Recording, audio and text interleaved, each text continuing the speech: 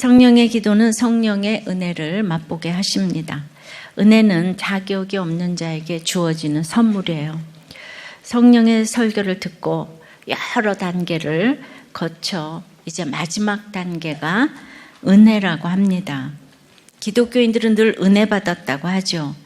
그렇게 은혜가 늘 가장 흔히 쓰이는 단어인데 이렇게 가장 결론이고 또 가장 쉬운 것이고 또 가장 어려운 것이 은혜라는 것입니다. 그래서 특별히 오늘은 이 성령의 은혜 공동체에 대해서 나눠 보겠습니다. 첫째로 재물의 가치관이 바뀝니다. 32절이에요. 믿는 무리가 한 마음과 한 뜻이 되어 모든 물건을 서로 통용하고 자기 재물을 조금이라도 자기 것이라는 이가 하나도 없더라. 자, 우리가 가장 마지막에 돈이 있다고 하죠. 어떻게 이 재물을 내려놓을 수가 있을까요? 예, 돈은 똥이라고 누가 그러던데 맞나요? 지난주에 동료가 되어 성령의 기도를 할 때 하나님의 뜻을 이루는 기도를 했죠. 위협에서도 피하게 해달라는 기도가 아니고 담대히 복음을 전하게 해달라는 기도를 했죠. 이 동료가 기도하니 성령이 충만해서 오늘 첫 구절 이 믿는 무리가 되었어요. 이 믿는 무리가 참 중요합니다. 이제 이 믿는 무리의 특징이 한 마음, 한 뜻이 되었다고 하네요. 예수님 당시도 이스라엘 사람들이 한 마음이 되어 바라바를 버리고 예수를 죽이라고 했어요. 누가 맞습니까? 그러니 이 세상에 가장 어려운 것이 분별입니다. 가장 어렵고도 욕심을 버리면 쉬운 것이 분별이에요. 제자들이 예수님 당시에는 3년이나 따라다녀도 분별을 못했죠. 근데 성령이 임하니까 갑자기 그냥 구약을 줄줄 꿰면서 예수는 그리스도라고 설교를 하니까 천하의 구원 얻을 만한 다른 이름을 주신 일이 없기 때문에 이제 사도들이 그렇게 설교를 하고 그 말을 듣는 백성 중에서도 구원 얻는 자가 이제 많아지게 된 것입니다. 완전히 다른 사람, 세 사람이 되었어요. 저만 해도 4대째 모태신앙이지만은 구원을 받으니까, 구원 얻으니까 정말 세 사람이 되어서 이렇게 설교를 하지 않습니까? 그러니 믿는 무리는 바로 구원 얻은 무리고 한 마음 한 뜻이 되는 이런 무리고 바로 전에 31절처럼 성령 충만한 무리가 바로 믿는 무리인 거예요. 그래서 이렇게 한 마음이 한 뜻이 되는 것은 그냥 눈만 찡긋해도 우리 서로 딱 통합니다. 익하면 칙합니다. 다 익하면 다 칙하기 바래요. 적용해 보세요. 여러분의 재물의 가치관은 돈이면 다입니까? 돈이 똥입니까? 아니면 가치 중립입니까? 그러나 실제 초대 예루살렘 교회에 있어서조차도 이러한 믿음의 공동체가 계속 지속되어지지는 않았죠. 왜 그럴까요? 성령의 은혜는 두 번째, 큰 권능의 부활의 증언이 계속 되어져야 하기 때문이에요. 우리가 사도행전 2장에 그 성령의 설교 그 이후에 이렇게 이제 42절부터 47절까지 모든 물건을 통용했다 나오죠. 그런데 오늘 본문에서는 또 성령의 기도 후에 이렇게 또 서로 통용했다 나와요. 통용하려면 그러니까 성령의 설교와 성령의 기도가 아주 중요합니다. 그 33절이에요. 사도들이 큰 권능으로 주 예수의 부활을 증언하니 무리가 큰 은혜를 받아 큰 권능으로 증언하니까 큰 은혜를 받았어요.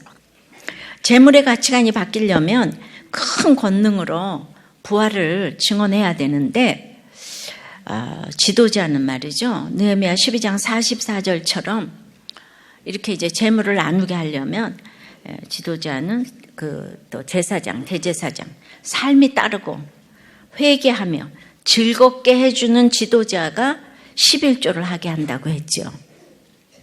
그러니까 지도자한테 절대적인 책임이 있어요. 신약의 베드로도 회개해서 통곡한 거 기억하시죠? 예, 회개했어요. 큰 권능의 새 사람이 되었어요.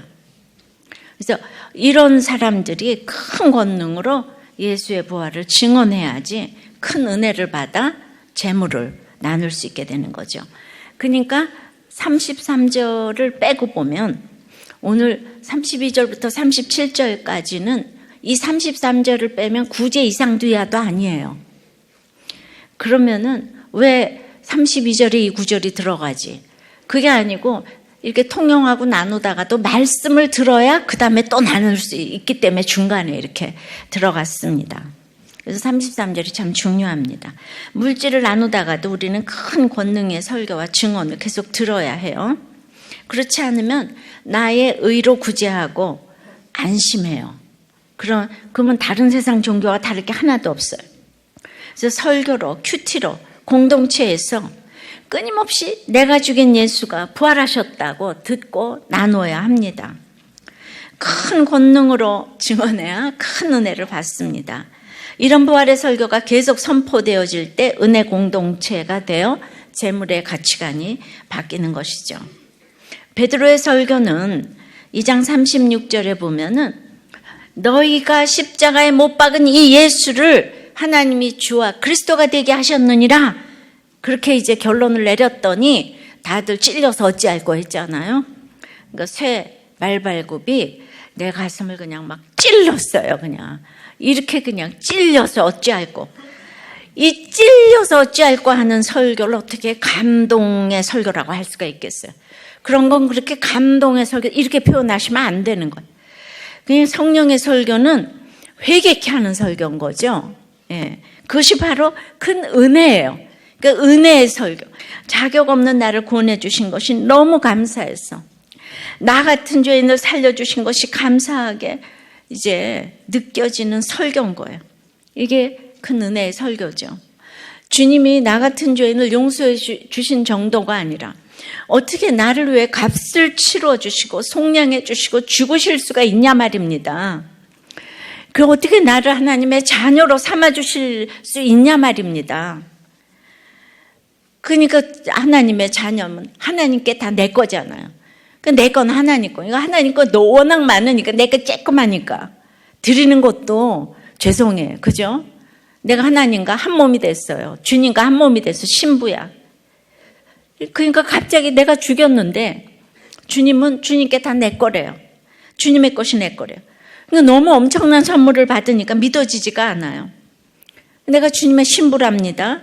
정신 차리고 보니까 내 아버지가 내 신랑이 너무 엄청나기 때문에 정신을 못 차리다가 이제 정신을 차리면 이제 신부로서 품위를 지켜야 되잖아요. 갑자기 영부인이 되었는데 내가 아무렇게 살 수는 없잖아요.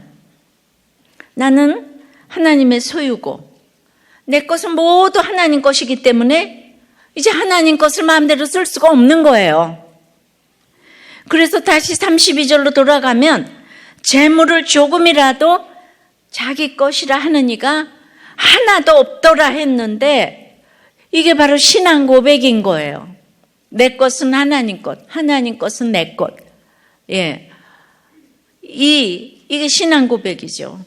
맞아요. 자기 것이 없어요. 다 하나님 것입니다.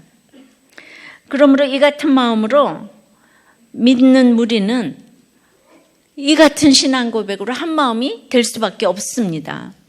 그러니까 은혜는 구제가 아닙니다. 불교에서 적선하는 것처럼 헌금도 시주하는 것처럼 자기 오름으로 자기 의로 남는 돈으로 자기 돈으로 하는 것처럼 생각하면 공동체에서도 한 마음이 되기가 어려워요. 보세요. 11조를 안 하고 헌금을 안 하는 사람들은 목장에서 계속 인본적인 얘기를 합니다. 예. 그러니까 같은 마음으로 십자가를 지는 마음이 한 마음의 신앙 고백이고 그것이 큰 은혜로만 가능한 거예요. 우리가 받은 은혜는 측량할 수 없는 은혜이기에 가난해도 차별 없이 믿음의 무리인 거지 나사로는 이름이 있잖아요. 의인이라고 합니다. 하나님을 의지하는 자라고 해요. 근데 부자들은 낙타가 바늘기로 들어가는 것보다도 하늘나라 들어가기가 어렵다고 했죠. 그래서 성경에는 부자 이름 없어요. 어떤 부자? 한 부자, 부자 청년, 탕자 부자 이름이 없어요. 그만큼 재물을 내려놓기가 어렵죠. 성령의 은혜가 임해야지 되는 거예요. 그러니까 부자가 남는 돈 일부분 구제하고 할 일 다 했다. 이게 나누는 게 아니에요. 세상은 이것을 전혀 모릅니다. 그래서 주일마다 이 큰 권능의 설교를 선포를 해야 되는 거예요. 여기서 증언하니는 마땅히 치러야 할 것을 갚아버리다. 빚을 갚다라는 어원적 의미를 갖는데요. 즉, 이 베드로는 증언하는 일을 갚고 있었다 이런 뜻인 거예요. 그러니까 이 사도행전 누가가 썼잖아요. 누가에게서 사도들의 복음 전파는 그냥 고마운 게 아니고 마땅히 해야 할 일을 하는 것이었어요. 빚진 자니까. 사도 바울은 로마서 1장 14절에서 헬라인이나 야만인이나 지혜 있는 자나 어리석은 자에게 다 내가 빚진 자라고 고백했어요. 그러니까 복음의 빚을 진 사람은 사도들 뿐이겠어요? 예수 그리스도의 십자가에서의 죽음과 사망으로부터의 부활을 믿어 구원을 얻은 자들은 모두 복음 전파라는 사랑의 빚을 진 사람들임을 기억해야 합니다.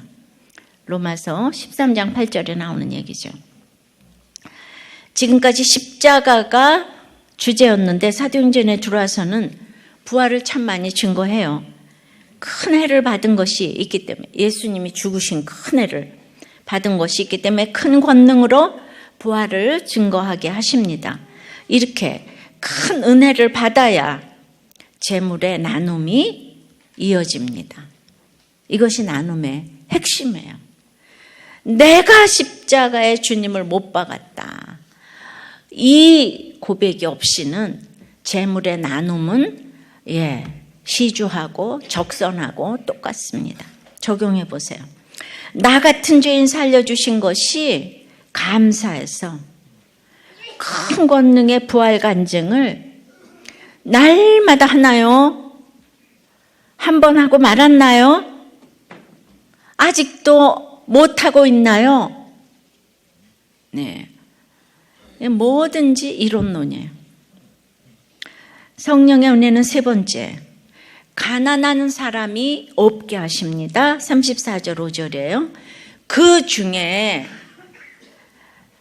가난한 사람이 없으니 이는 밭과 집 있는 자는 팔아 그 판 것의 그 값을 가져다가 사도들의 발 앞에 두매 그들이 각 사람의 필요를 따라 나누어 줌이라. 교회도 가난한 사람이 너무 많은데 하나님은 어떻게 이렇게 자신 있게 가난한 사람이 없으니 하실까요? 가난을 저주로 여기고 계속 동정하여 구제만 하면 동정받는 자 하는 자 다 나 그곳은 은혜 공동체가 아니고 사회단체와 같은 구제 공동체일 것입니다. 그러면 오래가지 못합니다. 그것은 교회여야 될 필요는 없어요. 우리는 영혼 구원 때문에 살아가는데 그러니까 32절에 통용하니라가 나오고 33절에 말씀을 또 들으니까 땅을 팔게 되는 적용을 하는 거예요. 그러니까 말씀의 적용이 내가 죄인이라는 거 이게 점점 깊어지니까 이런 땅 파는 적용을 하는 거죠. 말씀은 너무너무 중요합니다. 오늘 큐티 말씀, 오늘이 암송구절이에요.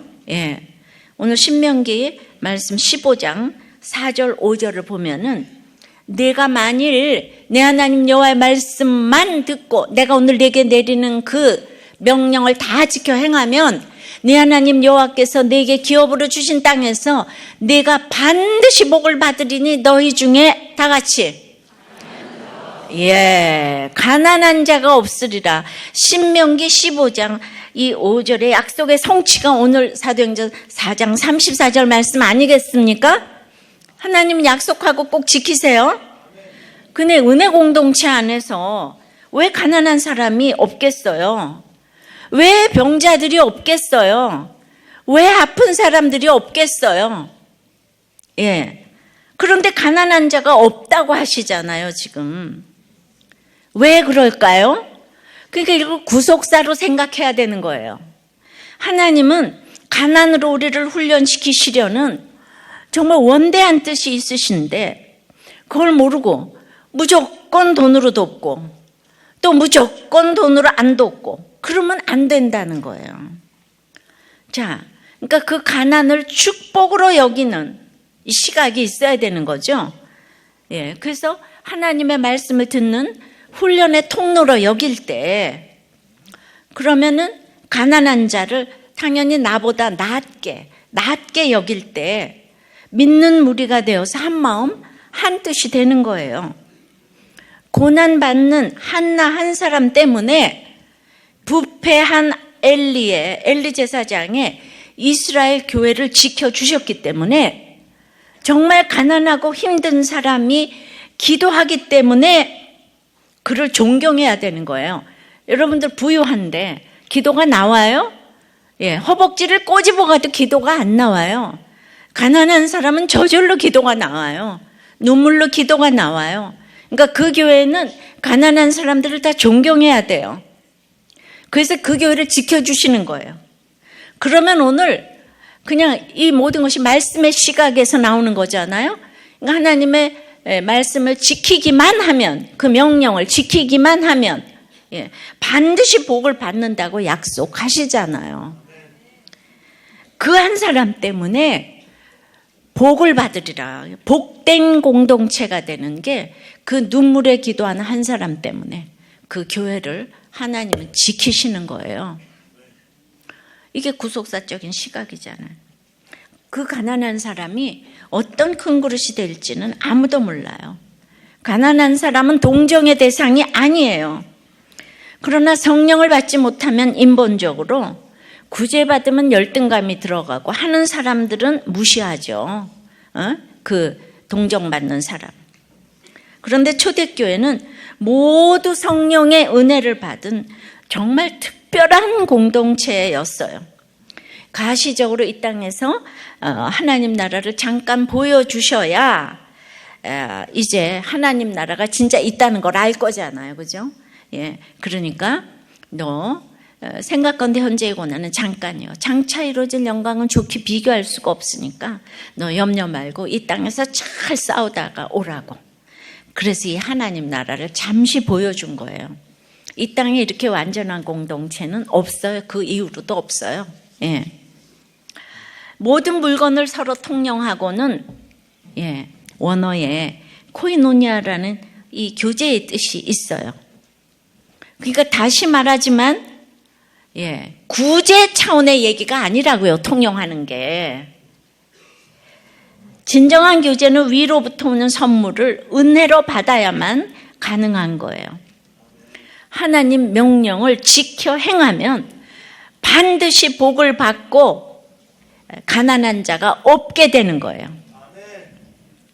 우리들 교회를 생각하면 가난한 분들 많지만은 이렇게 큐티 열심히 하고 목장에서 늘 말씀을 지켜 행하는 것들을 서로 나누고 정말 듣고 가르쳐 듣고 지켜 행하면 이 복을 받잖아요. 신명기 계속 그 얘기잖아요.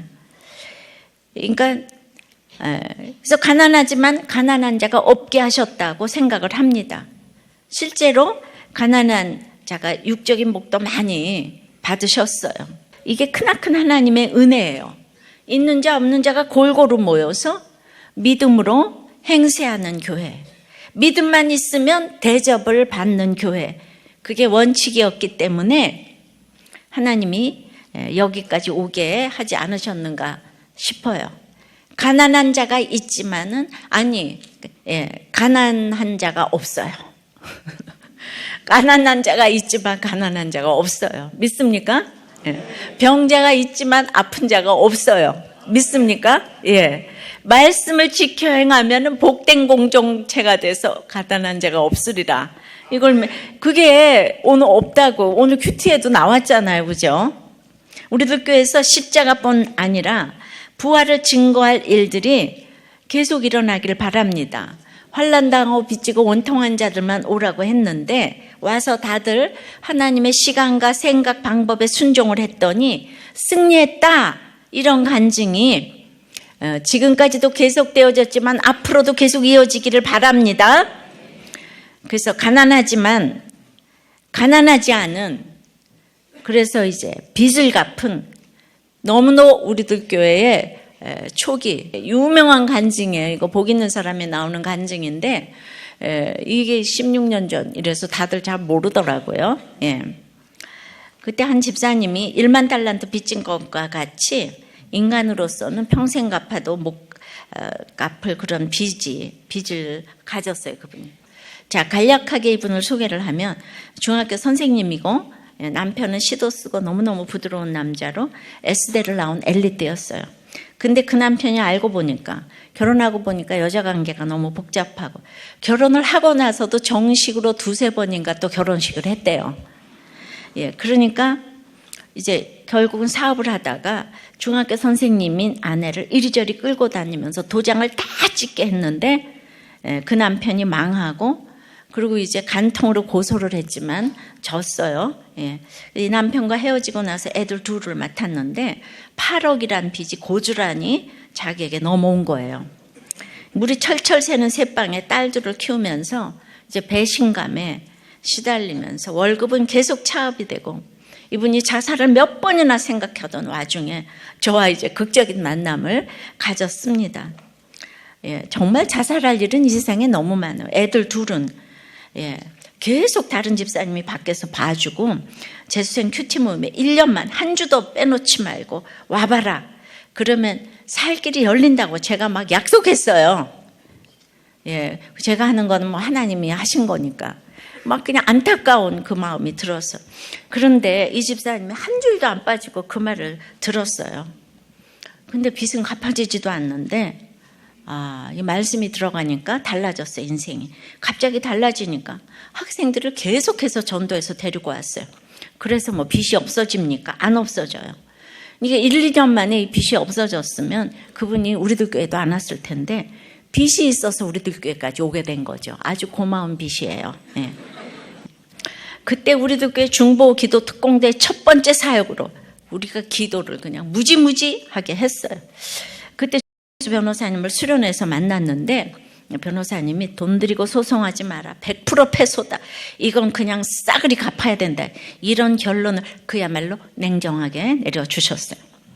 그래서 채권자를 만나서 탕감받는 길밖에 없다고 이제 하셨는데 만나주나요? 예. 그래서 이제 마지막 이제 이렇게 법원에 가는 날인데 그날 기적적으로 만나줬어요. 그래서 가서 이제 막 얘기를 한 거예요. 지금까지 월급이 차압된 별단 예금이 내가 있다. 그래서 이러고 저러고 해가지고 다 떼면 7천만 원밖에 없는데 그 7천만 원으로 내가 5억을 좀 탕감해 주시라고. 네, 살아온 이야기를 다 하고 애들 데리고 이렇게 사는데 내가 도장 모르고 찍은 죄로 이렇게 8억의 빚을 지금 갖고 있는데 정말 이걸 이제 탕감을 좀 해주시라고. 그랬는데 그동안에 그 이야기를 100번, 1000번 하고 댕겨도 그런 모임이 성사가 안 됐어요. 성사가.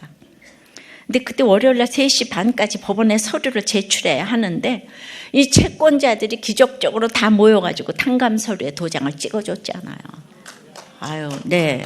그러니까 말씀대로 명령을 지켜 행하며 큐티 안으로는 이제 차압되고 다 월급이 차압되고 나머지 쥐꼬리 같은 돈으로 살았지만 이분이 절대로 그때부터는 빚을 지지 않으셨어요.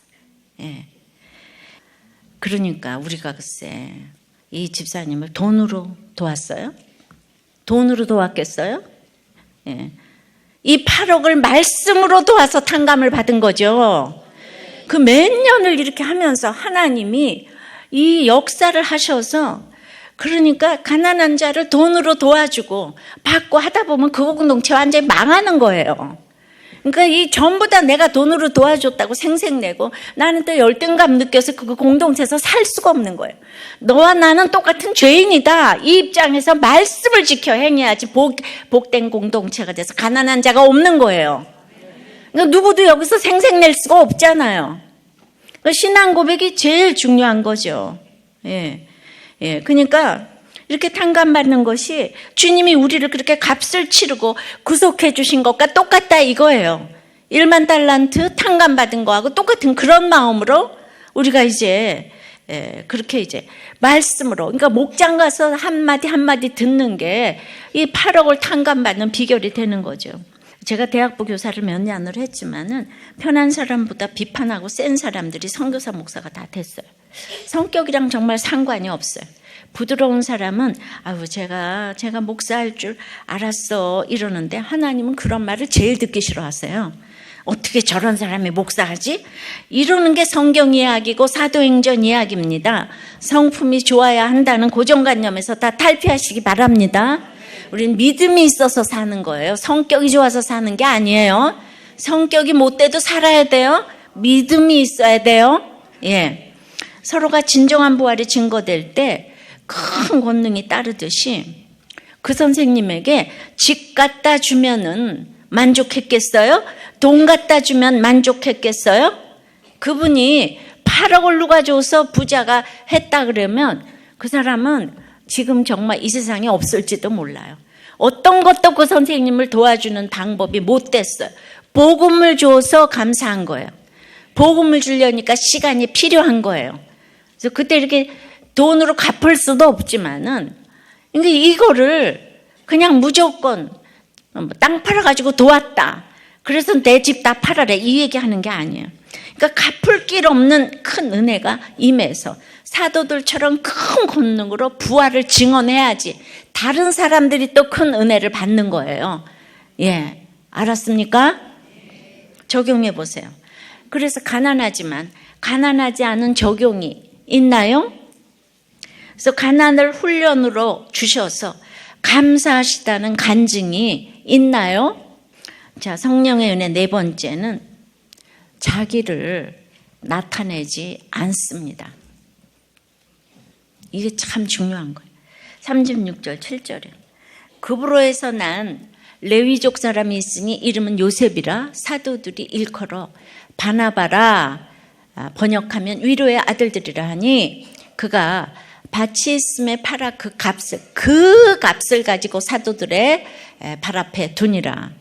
그 값을 정관사가 들어갔어요. 자, 교제는 서로 통용한다고 그랬어요. 그것은 코이노니아와 같은 말이라고 그랬는데 이 코이노니아를 잘한 사람 중에 바나바를 하나님은 기억하시고 높이셨어요. 특별히 오늘 본문에 레위족이라고 언급을 하셨는데요. 이거 왜 언급을 했을까요? 자, 예수님을 죽인 대제사장 사두개인들 전부 다 이제 이렇게 레위족, 대제사장 레위족이잖아요. 근데 그 사람들이 예수님을 죽인 것을 생각할 때 바나바 같은 레위족도 있다는 거예요. 그래서 일부러 레위족이라고 이렇게 언급하지 않았을까? 그런데 또 하나 특이한 거는 이 레위 족속인데 땅이 있다는 거예요. 원래 레위는 땅을 가질 수 없잖아요. 근데 포로기에는 이 율법이 다 사문화되어 가지고 제대로 지켜지지 않았기 때문에 바나바가 비록 레위인이었지만 큰 사유재산을 모으는데 이렇게 법적 제약을 받지 않았을 것이라고 이렇게 얘기를 합니다. 그러니까 어쨌든 바나바가 원래부터 믿음이 출중하다기보다 이런 사람은 없어요, 이 세상에. 이런저런 이유로 가지고 있는 땅을 바치고자 하지 않았을까 싶어요. 그러니까 내 것이라고 끼고 있다가 사도들의 성령의 설교를 듣고 성령의 은혜가 임해가지고 그 레위의 특권을 내려놓고 이제 은혜를 받았어요. 그래서 그것만도 택한 자라고 생각해요. 택자라고 생각해요. 예, 제 평신도 때 목사들이 평신도한테 와서 은혜 받기가 아주 어렵지 않아요. 저는 이런 하여튼 본문만 보면은 다 이렇게 이제 생각이 되는 거죠. 그리고 레위로서 밭을 가지고 있는 것이 그럼에도 불구하고 걸렸어요, 지금 이제. 근데 때가 되어서 이제 정말 필요할 때 많은 사람이 모여서 이때라 할 때, 우리 십자가는 지혜고 타이밍이니까 바칠 때라는 것을 알고 진짜 아낌없이 주련다 하면서 적용한 거죠. 그러니까 가지고에 해당하는 이 가지고 그 사도들의 발 앞에 둔이라 했는데 이 가지고가 부정과거형 뭐라 그러는 거죠? 그러니까 일회적으로 주저함이 없이 한 번의 결단과 행위로 이루어지는 신앙의 실천이었어요. 그리고 이제 값을 가지고, 그러니까 땅 판 돈에서 1원도 안 떼어먹고 그 값을 가지고 사도들의 발 앞에 두었다고 했죠.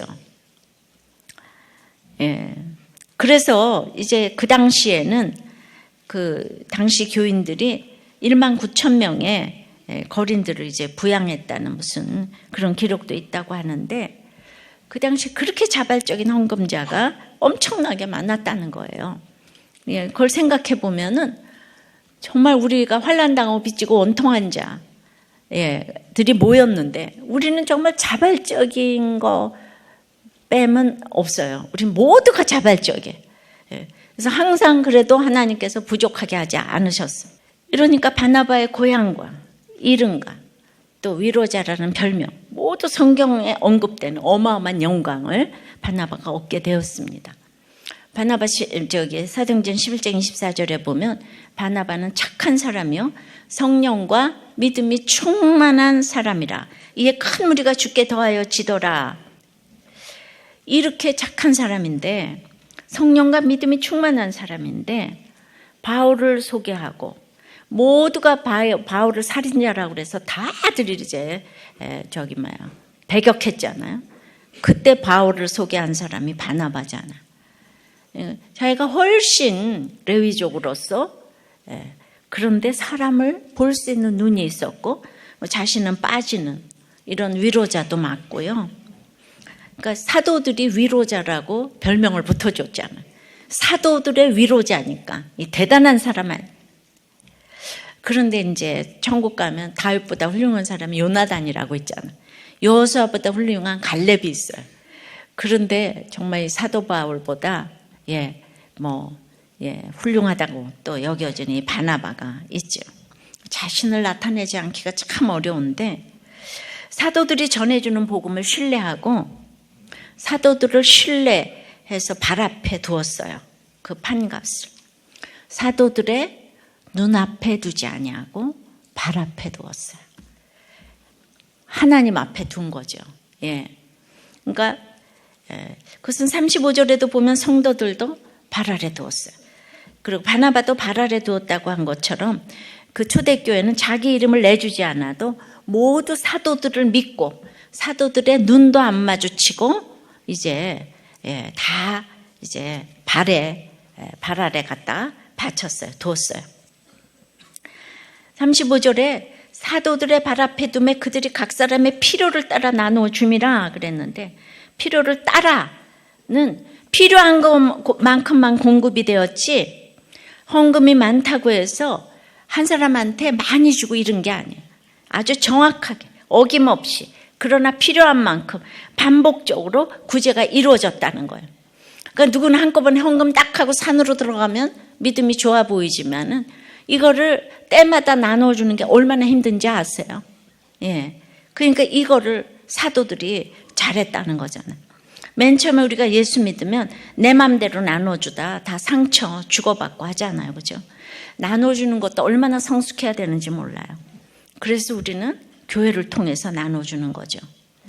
근데 워낙 우리도 꽤 목자들이 말씀으로 훈련을 받아서 누굴 돕고 안 도울지를 비교적 분별을 잘 하십니다.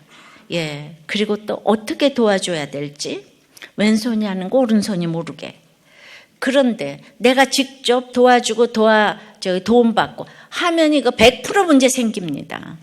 예. 인간이 신앙 고백이 없으면 그렇게 자꾸 생색을 내려고 그러고, 받는 사람도 믿음이 없으면 받았다가 다 시험 들어서 떠나는 거예요. 내 맘대로 도와주고 이러는 거 아주 경계를 해야 합니다. 예. 그래서 이 바나바가 바울의 동력자, 나눠주는 자, 위로하는 자, 권고하는 자, 없는 게 없어요. 진짜 이 솔선수범을 초대교회에서 했습니다. 근데 출애굽했을 때도 광야에서 다들 가난했지만 성막을 지을 때 막 그냥 그 자원에서 가져온 헌물이 넘쳤다고 했죠.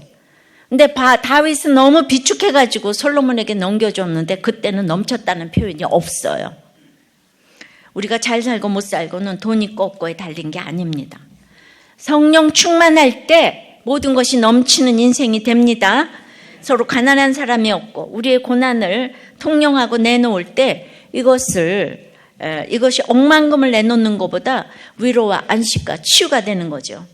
다른 사람 고난을 날마다 오픈할 때 우리가 다 성경을 보니까 그 오픈을 다 소화해내는 거예요. 그러면서 치유 역사가 일어나니까 저절로 아까운 것이 없어지는 것이 바로 이 초대교회의 역사입니다. 이렇게 되기까지 말씀으로 있으면 먹고 없으면 금식하고 죽으면 천국 가자 이렇게 왔어요. 하여튼 이렇게 나눠주려면 빚을 안 지려고 죽음에 이르는 각오를 해야 돼요. 내가 빚 안 지는 게 남을 도와주는 비결입니다. 그러니까 나부터 잘 살아야 돼요. 그러나 이 구절을 문자적으로 또 있잖아요. 이용해가지고 사도들에게 땅 팔아서 내 발 앞에 가져오라고 하면, 사도들에게 한 것처럼 땅 팔아서 내 발 앞에 가지고 오라고 하면 그게 바로 공산주의고 이단입니다. 요즘 원색적으로 그렇게 돈 가져오라고 거기 가면 또 그럴 수도 있지만 오히려 시간당 시급을 지급하면서 돈 주니까 성경 공부하러 오라고 모집하는 거, 이것도 다 함부로 쓰는 거예요. 다시 말하지만 사유재산을 부정하는 게 아니에요. 그러나 아까도 말했지만 다 팔아서 구제하고 산에 가면 믿음이 좋은 것일까요? 재산을 관리하며 늘 때마다 나눠주느라고 너무 힘든 것이 믿음이 좋은 것일까요? 이게 때마다 다르겠지요. 그러나 무조건 다 팔고 어디로 들어오라고 하는 데 있으면 그런 데는 절대 가시면 안 됩니다. 그러다 길거리 나앉아서 남들에게 구제받는 일 없어야겠지요. 마가의 다락방이 있었기에 기도해도 했어요. 그 당시 수많은 가정을 내놓아서 처소로 썼을 것인데 다 팔아버렸으면 이제 어떻게 되는 거예요, 그죠? 문제는 항상 이 40, 50평에 살아도 늘 나눔을 생각하는 사람이 있고 20평에 살아도 30평, 30평에 살면 40평 바라는 게 평수 넓은 것만 생각하는 사람은 어떤 경우도 소유로 만족할 수가 없습니다. 이럴 경우에는 그 40평에 사는 사람보다 20평 사는 사람이 부자인 거죠. 부자는 자기만 바라고 내 것만 바라는. 우리도 꽤 예전에 고난 중에 있을 땐 목장도 한 평반에서 한 평짜리 방에서 해도 그냥 너무 좋았는데 이제 먹고 살만해지고 집도 주시고 했더니 도리어 다 계속 뭐 먹고 사나 얼마가 더 있어야 하나 걱정하면서 또 더 큰 집을 가야 되는데 이런 생각을 주로 하게 된다는 분들이 자꾸 생기고 있어요. 어떤 분은 집이 너무 좋아서 오픈을 못하고 어떤 분은 너무 초라해서 못하고, 그러니까 여전히 집을 물질로만 보는 가치관이 없어지지 않아서 그렇죠. 유물론에서 벗어나지를 못해요. 그 집에서 초대교회처럼 왕성하게 사람을 살리셔야 하는데 아직도 성령의 은혜를 받지 못해서 세상 가치관에 딱 젖어 있는 거예요. 내 것이 하나님 소유이기에 정말 함부로 어떤 것 하나 마음대로 할 수가 없었어요. 제가 집에서 큐티 모임을 하다 보니까 이제 30년을 그랬잖아. 일주일 내내 드나들고 거기다가 부자도 가난한 자도 같이 오다 보니까 제가 냉장고 하나를 바꾸려고 해도 내 돈 가지고 사도 누군가가 실족할까 수없이 생각을 해서 또 차 바꾸는 것도 또 수없이 생각해서 큐티몸에 온 사람들은 제가 막 6개월, 1년 적용하는 걸 들었을 거예요. 저는 병원을 하면서 가난한 산모들을 참 많이 봤어요. 입원비가 없어서 아이를 낳자마자 태어나겠다는 거예요. 다. 그 귀한 아들을 낳았는데 다 입원비 없어서 이제 퇴원한다는 거예요. 저는 이제 그런 걸 한 8년쯤 봤어요. 극히 가난한 사람들이 산부인과에 이제 많이 와요. 예. 그래서 목회하면서 그런 시간들은 저에게 함부로 살 수 없게 하시는 시간들이 되었습니다. 사소한 것 하나라도 늘 누군가 실족할까 염려하는 것은 내가 하나님의 소유이기에 점점 더 염려가 되는 시간들이 되게 하시네요. 그러니까 성령 받지 않았다면 도저히 이렇게 살 수가 없는 거예요.